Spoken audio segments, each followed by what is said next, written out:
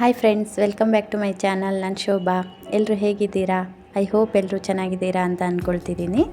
ನಾನು ಅಕ್ಕನ ಮನೆಗೆ ಹೋದಾಗ ಅಕ್ಕ ಅಕ್ಕಿ ಖೀರ್ ಮಾಡ್ತಾಯಿದ್ರು. ಸೊ ನೋಡೋಣ ಅಂತ ನಾನು ಕೂಡ ವಿಡಿಯೋ ಮಾಡಿಕೊಂಡೆ, ಹಾಗೆ ನಾನು ಕೂಡ ಕಲ್ತ್ಕೊಂಡು ಬಂದೆ.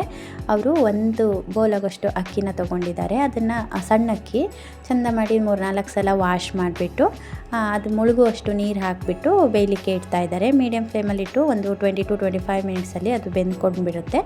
ಯಾವ ಬೋಲಲ್ಲಿ ಅಕ್ಕಿ ತೊಗೊಂಡಿದ್ರು ಅದೇ ಬೋಲಲ್ಲಿ ಶುಗರ್ ತೊಗೊಂಡಿದ್ದಾರೆ. ಹಾಗೆ ಕೇಸರಿ ಕೂಡ ಹಾಲಲ್ಲಿ ಹಾಕಿ ಇಟ್ಟಿದ್ದೀವಿ. ಇವಾಗ ಅಕ್ಕಿ ನೋಡಿ ಅನ್ನ ಆಗಿದೆ, ಚೆಂದ ಮಾಡಿ ಬೆಂದಿದೆ. ಇದನ್ನು ಒಂದು ಸ್ಪೂನಲ್ಲಿ 2-3 ಸಲ ಹೀಗೆ ತಿರ್ಸ್ಕೊಂಡ್ರೆ ಅದು ಕೂಡ ಇನ್ನೂ ಸ್ವಲ್ಪ ಸಾಫ್ಟ್ ಆಗುತ್ತೆ. ನೀವು ಬೇಕಾದರೆ ಒಂದು ಅರ್ಧ ಗಂಟೆ ಅಕ್ಕಿನ ನೆನೆಸಿಟ್ಟು ಕೂಡ ಮತ್ತೆ ಬೇಯಲಿಕ್ಕಿಟ್ಟು ಮಾಡ್ಕೊಳ್ಬೋದು.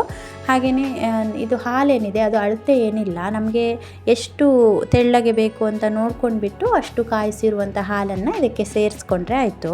ನಮಗೆ ಇನ್ನೂ ಸ್ವಲ್ಪ ಗಟ್ಟಿ ಅಂತ ಅನಿಸಿದ್ದಕ್ಕೆ ಇನ್ನೊಂದು ಸ್ವಲ್ಪ ಹಾಲನ್ನು ಇದಕ್ಕೆ ಸೇರಿಸ್ಕೊಂಡು ಮಿಕ್ಸ್ ಮಾಡ್ಕೊಳ್ತಾ ಇದ್ದೀವಿ. ಇದು ಚೆಂದ ಮಾಡಿ ಮಿಕ್ಸ್ ಮಾಡ್ಕೊಂಡು ಆದಮೇಲೆ ಮೀಡಿಯಮ್ ಫ್ಲೇಮಲ್ಲಿ ಇಟ್ಟು ಇದನ್ನು ಕುದಿಲಿಕ್ಕೆ ಬಿಡಬೇಕು. ಆಮೇಲೆ ಇದಕ್ಕೆ ಒಂದು ಸ್ವಲ್ಪ ಉಪ್ಪನ್ನು ಸೇರಿಸ್ಕೊಂಡ್ರೆ ಆಯಿತು.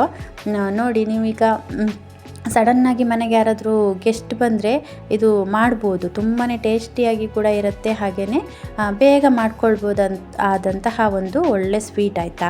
ಇದಕ್ಕೆ ನಾವು ಈ ಕೇಸರಿ ಏನು ನೆನೆಸಿಟ್ಟಿದ್ವಲ್ಲ ಅದನ್ನು ಇವಾಗ ಸೇರಿಸ್ಕೊಳ್ತಾ ಇದ್ದೀವಿ. ಆಮೇಲೆ ನಿಮಗೆ ಶುಗರ್ ಬೇಡ ಅಂತ ಇರೋರು ಕೂಡ, ಶುಗರ್ ತಿನ್ನಲ್ಲ, ಶುಗರು ಬೇಡ ಅಂತ ಇರೋರು ಬೆಲ್ಲ ಕೂಡ ಸೇರಿಸ್ಕೊಂಡು ಮಾಡ್ಕೊಳ್ಬೋದು. ಸೇಮ್ ಮೆಥಡೇ, ಶುಗರ್ ಬದಲು ಬೆಲ್ಲನ ಸೇರಿಸ್ಕೊಂಡ್ರೆ ಆಯಿತು. ಸೊ ಬೆಲ್ಲ ಸೇರಿಸ್ಕೊಂಡ್ರೆ ಪಾಯಸ ಅಂತ ಹೇಳ್ತಾರೆ, ಶುಗರ್ ಸೇರಿಸಿದರೆ ಖೀರ್ ಅಂತ ಹೇಳ್ತಾರೆ. ಅಷ್ಟೇ ಡಿಫ್ರೆನ್ಸು. ಟೇಸ್ಟಲ್ಲಿ ಏನು ಬೇರೆ ಜಾಸ್ತಿ ಏನು ಡಿಫ್ರೆನ್ಸ್ ಇರಲ್ಲ, ಮಾಡೋದ್ರಲ್ಲೂ ಏನು ಡಿಫ್ರೆನ್ಸ್ ಇರಲ್ಲ. ನಾವಿವಾಗ ಶುಗರ್ ಕೂಡ ಸೇರಿಸಿ ಆಯಿತು. ಆದಮೇಲೆ ಇದನ್ನು ಚೆಂದ ಮಾಡಿ ಮಿಕ್ಸ್ ಮಾಡಿ ಮೀಡಿಯಮ್ ಫ್ಲೇಮಲ್ಲಿ ಇಟ್ಟು ಒಂದು 2 ಕುದಿ ಬರೋವರೆಗೆ ಚೆಂದ ಕುದಿಸ್ಕೊಂಡ್ರೆ ಆಯಿತು. ಆದರೆ ಆವಾಗವಾಗ ಸ್ಪೂನಲ್ಲಿ ಹೀಗೆ ಕೈ ಆಡಿಸ್ಕೊತಾ ಇರಿ, ಯಾಕೆಂದರೆ ತಳ ಹಿಡಿಬಾರ್ದು. ತಳ ಹಿಡಿದ್ರೆ ಟೇಸ್ಟೇ ಚೇಂಜ್ ಆಗಿಬಿಡುತ್ತಲ್ಲ, ಹಾಗಾಗಿ ಒಂದು ಸ್ವಲ್ಪ ಕೈ ಆಡಿಸ್ಕೊತಾ ಇರಿ. ಇವಾಗ ಇದು ಕುದೀತಾ ಇದೆ. ನಾವೀಗ ಸೈಡಲ್ಲಿ ಒಂದು ತುಪ್ಪದಲ್ಲಿ ಒಗ್ಗರಣೆ ಮಾಡ್ಕೊಳ್ಳೋಣ. ಅಂದರೆ ಇದಕ್ಕೆ ಏಲಕ್ಕಿ ಪುಡಿ ಹಾಕಲಿಕ್ಕೆ ನಾವು ಮರ್ತು ಹೋಗ್ಬಿಟ್ಟಿದ್ವಿ, ಇವಾಗ ನೆನಪಾಗಿ ಈಗ ಹಾಕ್ತಾಯಿದ್ದೀವಿ. ಇಲ್ಲಿ ನಾವು ಡ್ರೈ ಫ್ರೂಟ್ಸು, ಗೋಡಂಬಿ, ದ್ರಾಕ್ಷಿ ಮತ್ತು ಬಾದಾಮಿನ ರೆಡಿ ಮಾಡಿ ಇಟ್ಕೊಂಡಿದ್ದೀವಿ. ಒಂದು ಪಾತ್ರೆಗೆ 2 ಸ್ಪೂನ್ ಆಗೋಷ್ಟು ತುಪ್ಪನ ಹಾಕಿಬಿಟ್ಟು ತುಪ್ಪ ಕರಗಲಿಕ್ಕೆ ಬಿಟ್ಟು ಕರಗಿದ ಮೇಲೆ ನಾವು ಇಟ್ಕೊಂಡಿರುವಂತಹ ಎಲ್ಲ ಡ್ರೈ ಫ್ರೂಟ್ಸ್ನು ಹಾಕಿ ಚೆಂದ ಮಾಡಿ ಹುರ್ಕೊಳ್ಳೋದು. ಹುರಿದಿದ್ದಾದಮೇಲೆ ಪಾಯಸಕ್ಕೆ ಸೇರಿಸಿ ಚೆಂದ ಮಾಡಿ ಮಿಕ್ಸ್ ಮಾಡಿಬಿಟ್ರೆ ಇವಾಗ ನಾವು ಅಕ್ಕಿ ಖೀರ್ ಇದೆಯಲ್ಲ ಅದು ರೆಡಿ ಆಗಿಬಿಡುತ್ತೆ.